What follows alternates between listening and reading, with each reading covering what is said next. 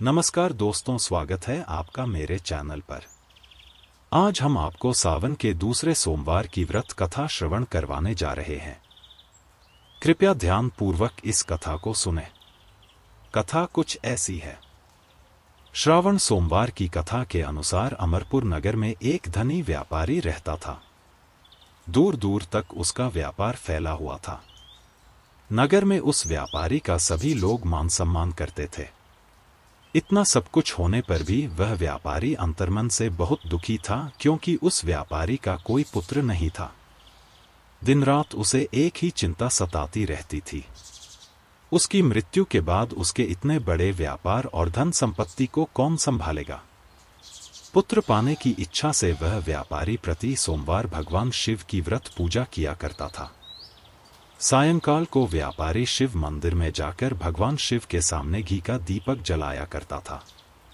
उस व्यापारी की भक्ति देखकर एक दिन पार्वती ने भगवान शिव से कहा, हे प्राणनाथ, यह व्यापारी आपका सच्चा भक्त है। कितने दिनों से यह सोमवार का व्रत और पूजा नियमित कर रहा है। भगवान, आप इस व्यापारी की मनोकामना अवश्य पूर्ण करें। भगवान शिव ने मुस्कुराते हुए कहा, हे पार्वती, इस संसार में सबको उसके कर्म के अनुसार फल की प्राप्ति होती है। प्राणी जैसा कर्म करते हैं, उन्हें वैसा ही फल प्राप्त होता है। फाइल। इसके बावजूद पार्वती जी नहीं मानी। उन्होंने आग्रह करते हुए कहा, नहीं प्राणनाथ, आपको इस व्यापारी की इच्छा पूरी करनी ही पड़ेगी। यह आपका अनन्य भक्त है। प्रति सोमवार आपका विधिवत व्रत रखता है और पूजा अर्चना के बाद आपको भोग लगाकर एक समय भोजन ग्रहण करता है। आपको इसे पुत्र प्राप्ति का वरदान देना ही होगा। पार्वती का इतना आग्रह देखकर भगवान शिव ने कहा, तुम्हारे आग्रह पर मैं इस व्यापारी को पुत्र प्राप्ति का वरदान देता हूं, लेकिन इसका पुत्र 16 वर्ष से अधिक जीवित नहीं रहेगा।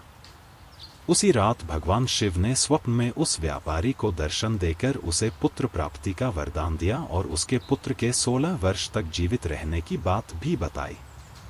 भगवान के वरदान से व्यापारी को खुशी तो हुई, लेकिन पुत्र की अल्पायु की चिंता ने उस खुशी को नष्ट कर दिया। व्यापारी पहले की तरह सोमवार का विधिवत व्रत करता रहा।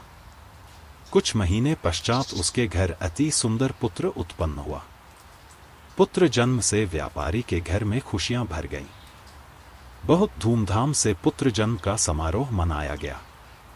व्यापारी को पुत्र जन्म की अधिक खुशी नहीं हुई, क्योंकि उसे पुत्र की अल्प आयु के रहस्य का पता था।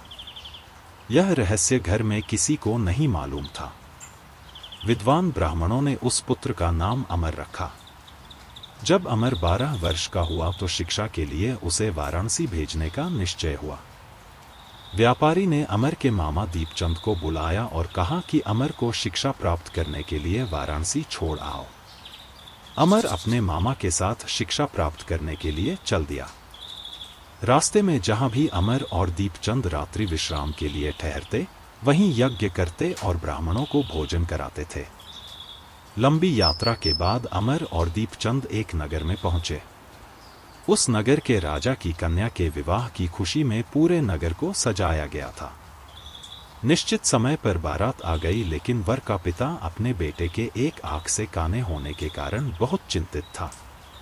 उसे इस बात का भय सता रहा था कि राजा को इस बात का पता चलने पर कहीं वह विवाह से इनकार न कर दे। इससे उसकी बदनामी होगी।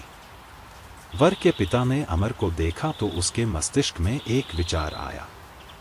उसने सोचा, क्यों न इस लड़के को दूल्हा बनाकर राजकुमारी से विवाह करा दूं।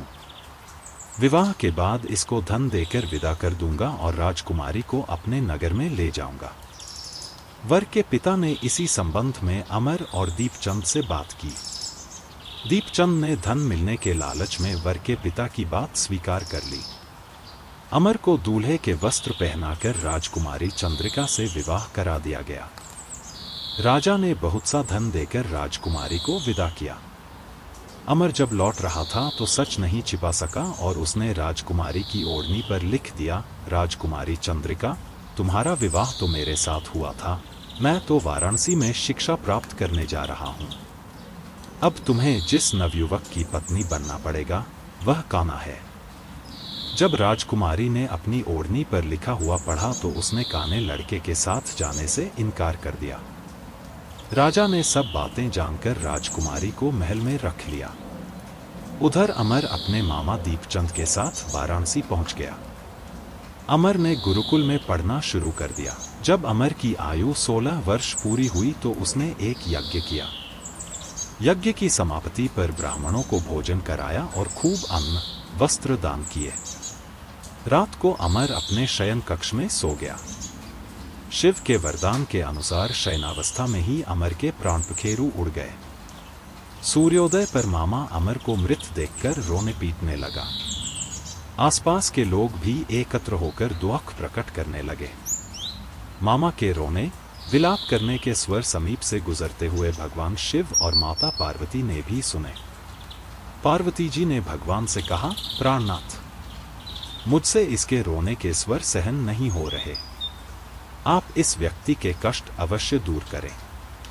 भगवान शिव ने पार्वती जी के साथ अदृश्य रूप में समीप जाकर अमर को देखा तो पार्वती जी से बोले, पार्वती, यह तो उसी व्यापारी का पुत्र है।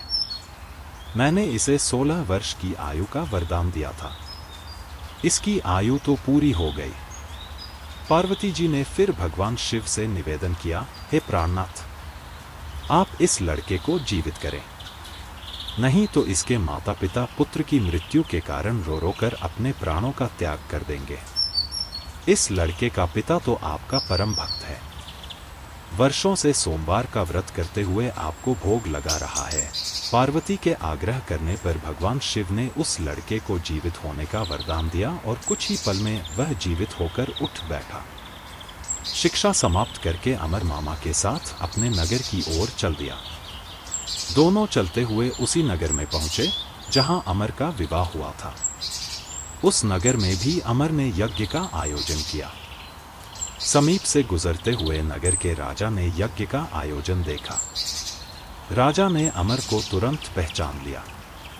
यज्ञ समाप्त होने पर राजा अमर और उसके मामा को महल में ले गया और कुछ दिन उन्हें महल में रखकर बहुत सा धन वस्त्र देकर राजकुमारी के साथ विदा किया। रास्ते में सुरक्षा के लिए राजा ने बहुत से सैनिकों को भी साथ भेजा। दीपचंद ने नगर में पहुंचते ही एक दूत को घर भेजकर अपने आगमन की सूचना भेजी। अपने बेटे अमर के जीवित वापस लौटने की सूचना से व्यापारी बहुत प्रसन्न हुआ। व्यापारी ने अपनी पत्नी के साथ स्वयं को एक कमरे में बंद कर रखा था। भूखे प्यासे रहकर व्यापारी और उसकी पत्नी बेटे की प्रतीक्षा कर रहे थे। उन्होंने प्रतिज्ञा कर रखी थी कि यदि उन्हें अपने बेटे की मृत्यु का समाचार मिला तो दोनों अपने प्राण त्याग देंगे। व्यापारी अपनी पत्नी और मित्रों के साथ नगर के द्वार पर पहुंचा। अपने बेटे के विवाह का समाचार सुनकर पुत्रवधू राजकुमारी चंद्रिका को देखकर उसकी खुशी का ठिकाना न रहा। उसी रात भगवान शिव ने व्यापारी के स्वप्न में आकर कहा, हे श्रेष्ठी, मैंने तेरे सोमवार के व्रत करने और व्रत कथा सुनने से प्रसन्न होकर तेरे पुत्र को लंबी आयु प्रदान की है। व्यापारी बहुत प्रसन्न हुआ। सोमवार का व्रत करने से व्यापारी के घर में खुशियां लौट आईं। शास्त्रों में लिखा है कि जो स्त्री पुरुष सोमवार का विधिवत व्रत करते और व्रत कथा सुनते हैं, उनकी सभी इच्छाएं पूरी होती हैं।